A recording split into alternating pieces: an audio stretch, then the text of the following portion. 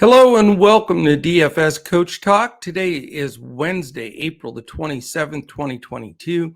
I am Joe Sarvati, affectionately known as Coach, and I am here to discuss the two-game NBA playoff slate tonight for both DFS purposes, and that is with Draftkings Fanduel and Yahoo, and also from our PrizePicks perspective. We'll go over these two games, try to uncover some plays, some fades, hopefully some takedown optimal lineup builds, and then we'll also give out some PrizePicks plays as well. Big news before we get started here. We have extended by 1 day our free membership trial. If you want to give us a try for the first time, go on Twitter at DFS Coach Talk. There is a link there to sign up. It is on our pinned on our Twitter account, and you get 5 free days to try out everything we've got. We've got full-blown basketball playoffs, all of the baseball, MLB wise, and of course PGA golf. And you'll get all of our lineups with this 5 game day trial.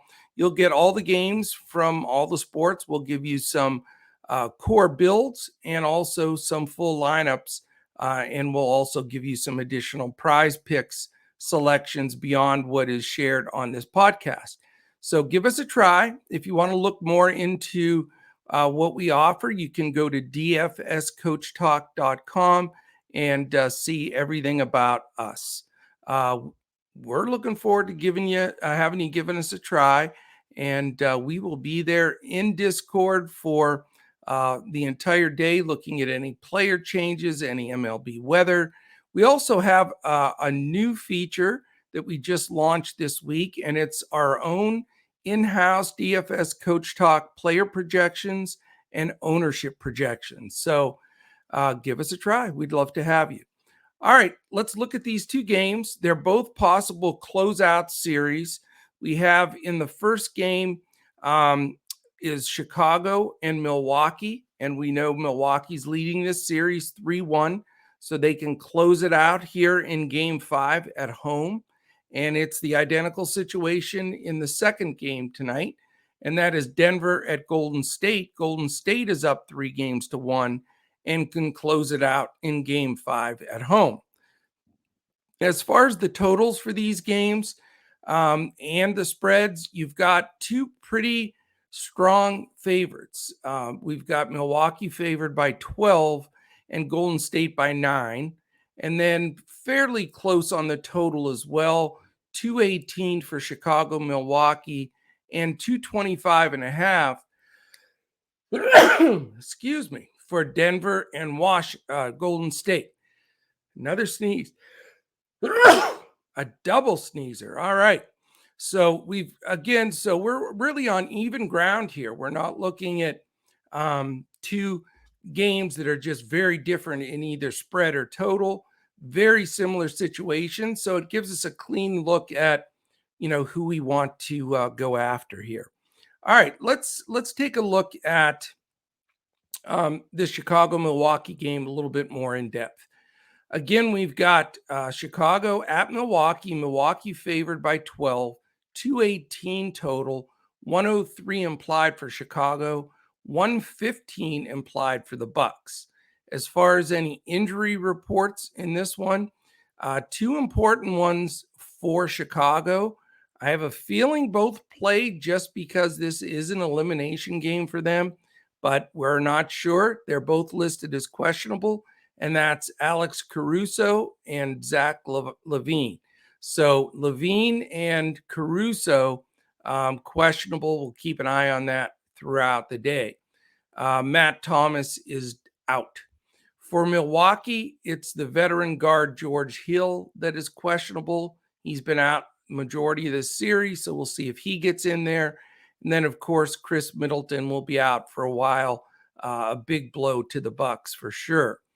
Let's take a look at the last game that was competitive with Chicago and Milwaukee. The last two games, Milwaukee has just shellacked them, and we're not getting a really good look at what that rotation would be in a closer game.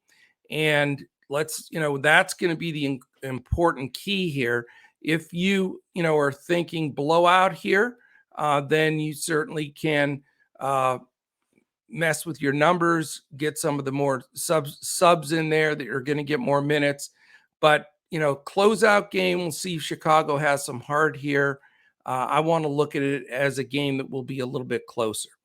Couple of pieces of information. As far as the regular season goes, up until these and including these playoffs games, Chicago's had the 17th fastest pace, Milwaukee 7th. So pace up for Chicago. Defensively, these two teams have not been very great at all. Chicago 23rd. They really struggled at the end of the season, and they're struggling in the playoffs. These last two games, they got it really handed to them. So they, again, with that 23rd ranking, Milwaukee 14th, just middle of the pack. So quite a bit of a difference defensively for them compared to last year.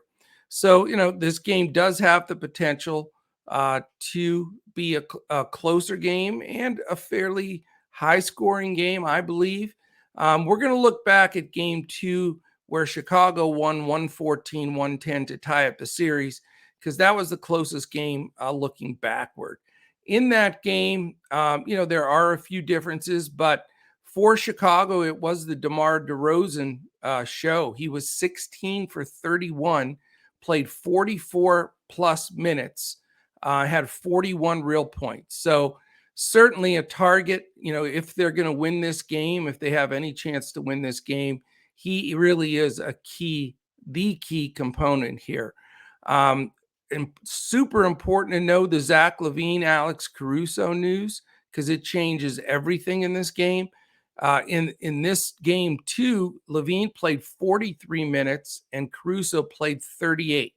So nothing like, replacing 80 minutes of time if these two don't go. So we're going to watch that very closely. LaVine had a decent game with 20 real points.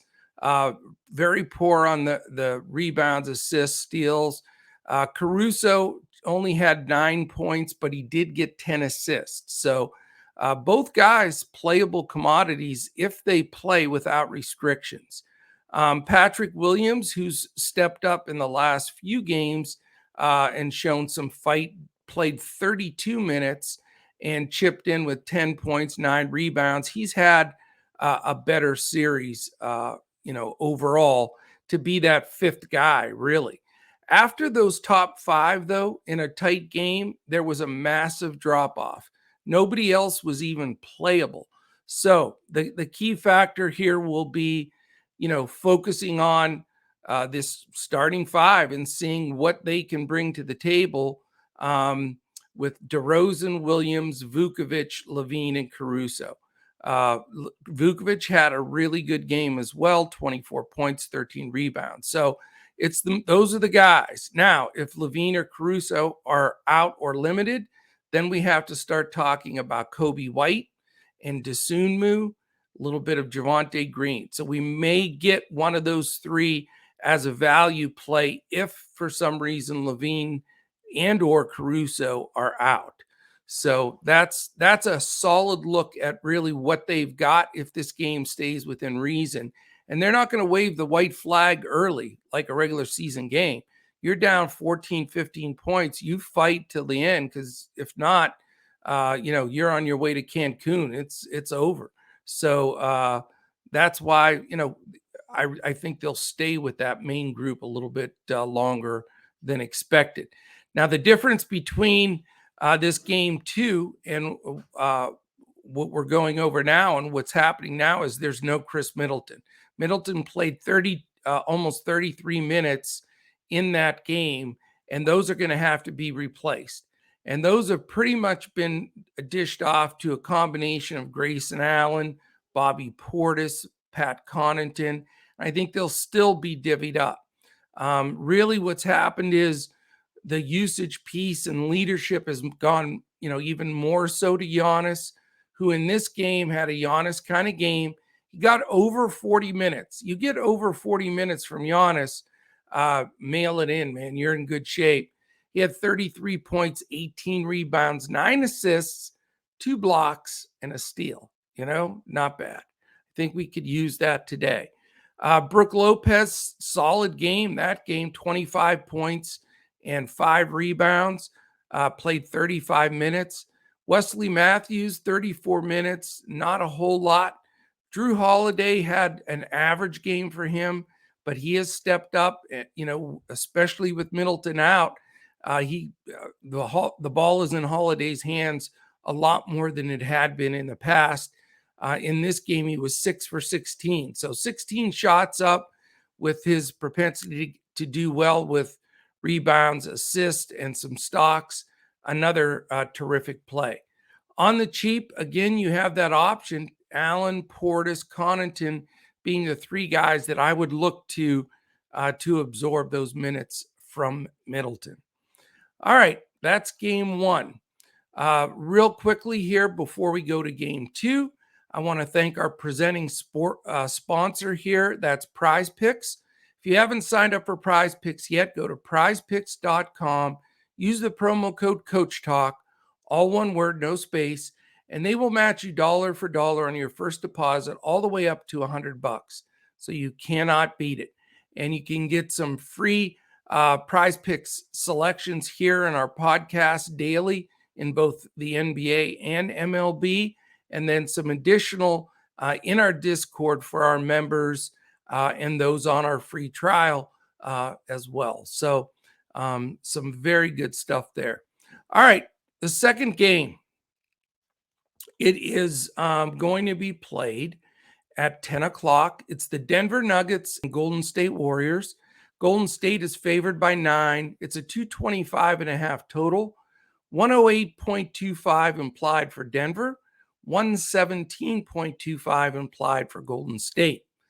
As far as injuries in this game, let's take a look and see what we've got. Nothing out of the normal. It's exactly what we've gotten in this series so far. No Murray and Porter for Denver. No injuries for Golden State. Golden State, by the way, is now the favorite to win the NBA championship in Vegas. So they have surpassed Phoenix and even Milwaukee and Boston. So things have changed quite a bit since this first round series have begun. For the Golden State Denver game, we're going to look at the last game played, the one that Denver won to stave off elimination and take the series, first game of the series for them. It is 3-1 now. So this was the last game they played a couple of days back, but it gives you a good feel if the big minutes are there for the main players. Golden State, let's look at them first. You had 37 minutes from Wiggins, 34 from Draymond, 31 from Clay, 38.5 for Poole, and 36.5 for Curry. Those are the 5 guys that played the majority of the minutes. They're playing ultra small ball with Draymond at the center, Wiggins at the 4, and then the 3 guards, Thompson, Poole, and Curry. So amazing to go that small with all that scoring on the perimeter, but that's really what they've done. The other guys have been played out. You only got 11 minutes from Looney, 12 from Iguodala, 11 from Kuminga, 6 from Payton, and 5 from Bielitsa. So those guys are unplayable. You got to go with that small lineup, and I think they'll try to finish out this series for sure. They wanted to sweep. They didn't get it. There's no way they want to go back to Denver for a game 6. So I think these 5 guys all are going to be 35 plus minutes and ready to go. And I think they're all playable. Definitely have the potential here statistically for them all to get it done. Curry got up 23 shots, Clay 20, and Wiggins 16, Poole only 10. But he gets shots up. So, that group right there, they're going to get theirs. Wiggins a little bit higher. I would think he and Poole may flip-flop in shot attempts, but still those 4 are going to get the ball up. Draymond had a Draymond kind of game. He was 5 for 6 from the field, 11 rebounds, 6 assists, pretty much what we called on the podcast exactly. And I think he's going to fall right back into that mold, maybe 8, 9 shots up with, 10 rebounds, 6, 7 assists, same kind of deal, couple of stocks, and just play that role, feed those shooters to get it done. So focusing on the bench here, at not focusing on the bench here at all, focusing strictly on that starting lineup, I think really is the key way to go. For the Nuggets, of course, it's Joker or bust. He's been terrific in this series. He's been a one-man show all year, and he got up 21 shots in this last game. He gets over 20 shots, he's an impossible fade because he's going to get to everything else. In this game, his other numbers were just average for him, phenomenal for everybody else, but he was 14 for 21 from the field with 8 rebounds, 6 assists. The only problem in this game for the Joker, 0 stocks, which is unusual, and 7 turnovers, which is more than normal. So I think you're going to see some progression, not regression on those numbers, especially in a closeout game. I think as much as they try to defend him with that small lineup, I think they're saying, hey, we're letting the Joker get his, but we're going to outscore you because we don't believe you have enough guys to outscore us, which makes perfect sense. I mean, their answers are Gordon, Jeff Green, Barton, Monty Morris, Austin Rivers, Bones Highland, and, and a little bit of JaMychal Green, DeMarcus Cousins. That is not going to compete with the Splash Brothers group there from a scoring perspective. So I think Joker's the key guy here. The question on this slate becomes very simple. If you play Giannis and the Joker, which you can, then you've got some issues. You're talking about really digging down, trying to get some value because there is none. So for me, the way I'll leave it on this podcast is I'm only going to play one of those two guys, Giannis or the Joker, because I just don't think you can afford to play both and take 10s and 8s and 14s from the guys that aren't going to do much off the bench. I think you have to just make the hard decision between those two and then at least fill in the rest of your roster with starters. You still some value there in a few spots, not a ton, but enough that you can still feel comfortable that everybody you're rostering is going to get 25 plus minutes and contribute. So that's the direction that I'll be looking to go. In this last game, the contributors there, Monty Morris was 7 of 11 and Bones Highland 5 for 10. So the 2 point guards, even though they're splitting minutes, there were 29 and 19 respectively in this last game. They're scoring the ball. They're making things happen. They had 12 assists combined. They'll get you a few steals in general. So they're commodities that you can look at. I don't know about playing both. I wouldn't from a leverage standpoint. I think there's a little bit too much negative leverage. I think you just root for one of them to do better than the other. That simply. I will say Morris has gotten more minutes than Highland throughout this series. A little bit safer play, but we know Bones can have a nice ceiling. After the Joker, Gordon and Barton are always second and third options. Inconsistency, though, all over the board. This is a perfect example. This is a game Gordon got 21 points. Barton only got 6. They flip-flopped that pretty much consistently all season and even in the playoffs. So big risk there. You get very, very little from Jeff Green or Austin Rivers. Really, I don't recommend digging down for JaMychal Green, DeMarcus Cousins. Yeah, is there a possibility they can get 15, 20 minutes? It's possible, but we haven't been seeing that. I mean, Cousins and Green played 14 and 10 minutes, played almost perfect basketball. They were 3 for 3 each with 2 and 4 rebounds. I mean, that's all you can do in that amount of minutes and still wasn't really enough to get you there. So I wouldn't go that deep in that scenario. A couple of things here, and just to remember, pace-wise, Denver was 20th, Golden State was 14th, so definitely not terrific pace, better in that first game. Defensively, Denver was 18th, and Golden State was first, so or first now. They've taken that spot back over. So, it really is a toss-up between these two games. I don't think you can look at one or the other and say there's a distinct advantage of which way you want to go here. I think you need just find the best plays that you feel are going to get the minutes and project them out.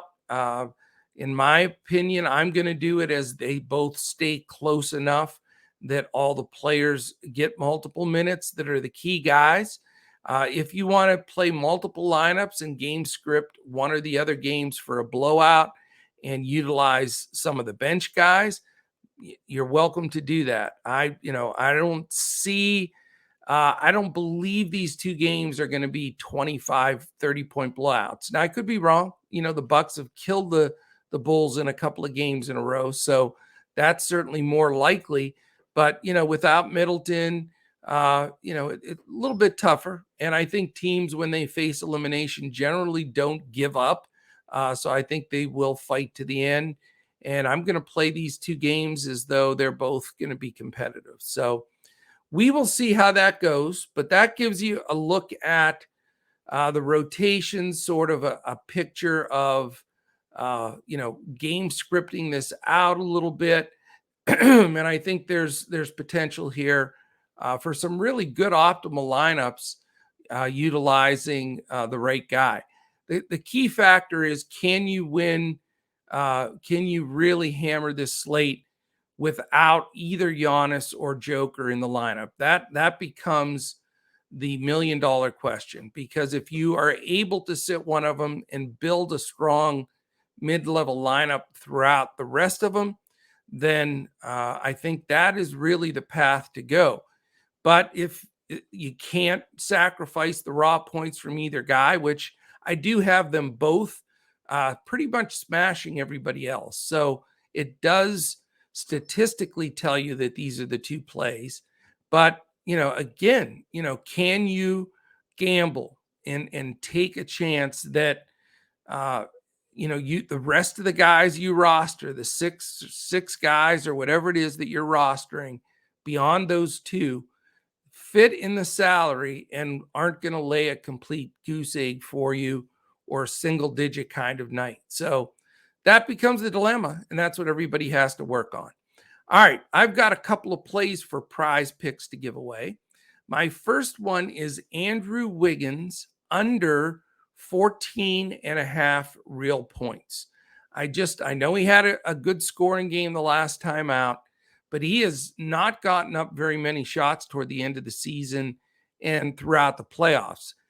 With the three Splash Brothers now, Clay, Steph, and Poole, Wiggins really does play a fourth or fifth option at times. So I'm going to go under total real points for Andrew Wiggins, 14.5. And then on PRA, this is a play I feel pretty confident about as well. I think that you can dial this up and say, hey, he's going to get it done across the board. It's a closeout game. And that's going back to Draymond Green. 22.5 PRA, super fair number for him. Again, he's not going to take a ton of shots. I understand that, but he's efficient and he's going to finish some of those at the rim, may even pop a three. So, he's going to get rebounds. He's going to get some assists, and he's a stocks guy, not as much on the blocks, but more on the steals side. So I have him projected at 26.5. So that's quite a bit, 4 over what PrizePicks has him on. And I think that number may go up as the day goes on. So those are my two picks for the early PrizePicks opportunity here. So that is it, my friends. 2-game slate tonight, both possible elimination games. And I hope this helps you build some really, really good lineups. Again, if you want to check us out for free for the next 5 days, look us up on Twitter at DFS Coach Talk. You'll see that link and opportunity there. Sign up, jump in our Discord. You'll be there for all the information today, all the baseball, all the golf that comes out today as well. So thank you so much for listening in. Hope you have a fantastic Wednesday. And we certainly will be back again tomorrow, as we always are, as we look to crush it in NBA, DFS, and PrizePicks.